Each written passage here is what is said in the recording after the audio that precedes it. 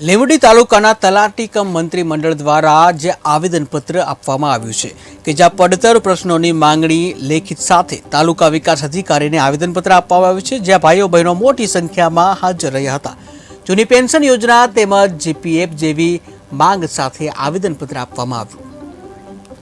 આજથી અમે તમામ કર્મચારીઓએ દરેક કચેરીમાં આવેદનપત્ર આપી દીધું છે અને સરકાર સમક્ષ અમારી લડત શરૂઆત કરી દીધી છે। સરકાર સમક્ષ અમારી તમામ કર્મચારીઓને પેન્શન મળે એવી માગણી છે તથા કેન્દ્ર સરકારના ધોરણે દરેક કર્મચારીને ડીએ તથા તમામ એલાઉન્સ અને ભથ્થાઓ મળે એવી તમામ કર્મચારીઓની માગણી છે। તેમજ કેન્દ્રના ધોરણે મોંઘવારી ભથ્થું 25% થાય ત્યારે ઘર ભાડું તેમજ દરેક બાબતો કેન્દ્રના ધોરણે વધારી આપવામાં આવે તેમજ આ સિવાય અન્ય પડતર તમામ પ્રશ્નોનું સકારાત્મક સરકાર નિરાકરણ લાવે એ માટે આજથી હડતાલની શરૂઆત અને વિવિધ કાર્યક્રમોની શરૂઆત કરી। આજથી